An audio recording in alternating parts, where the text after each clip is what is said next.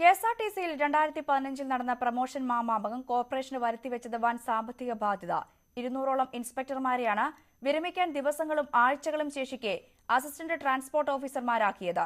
Gratuity, pension ഇനങ്ങളിലുണ്ടായ നഷ്ടത്തിനു പുറമെ ഭാവിയിൽ കുടുംബ പെൻഷൻ ഇനത്തിൽ പോലും ഇതിന്റെ ബാധ്യത കോർപ്പറേഷൻ പേറേണ്ടിവരും.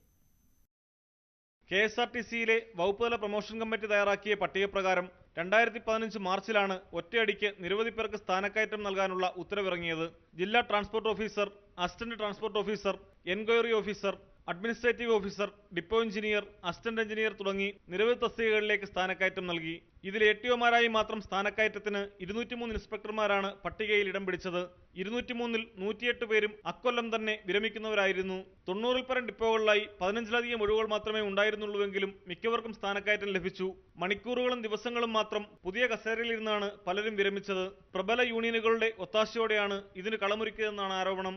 സ്ഥാനക്കയറ്റം ലഭിച്ചവർ ഏതാനും ദിവസങ്ങൾക്കകം അവധിയിൽ പ്രവേശിക്കുകയും പിന്നാലെ മറ്റുള്ളവർക്ക് സ്ഥാനക്കയറ്റം ലഭിക്കുകയുമായിരുന്നു. അർഹതയുള്ളവർക്ക് സ്ഥാനക്കയറ്റം നൽകാനുള്ള കോടതി വിധിയുടെ മറപിടിച്ചാണ് ഇത്രയധികം പേർക്ക് സ്ഥാനക്കയറ്റം നൽകിയത്.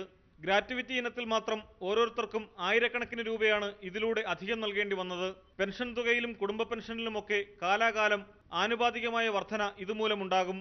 മാനദണ്ഡങ്ങൾ കാറ്റിൽ പറത്തിയാണ് ഇത്രയധികം പേർക്ക് ഒരേ കാലയളവിൽ സ്ഥാനക്കയറ്റം നൽകിയതെന്നാരോപിച്ച് ചിലർ വകുപ്പുതല വിജിലൻസിനെ സമീപിച്ചെങ്കിലും പ്രയോജനമുണ്ടായില്ല.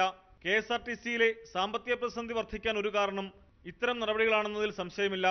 Pradeep C Nirman, news 18, Thiruvananthapuram.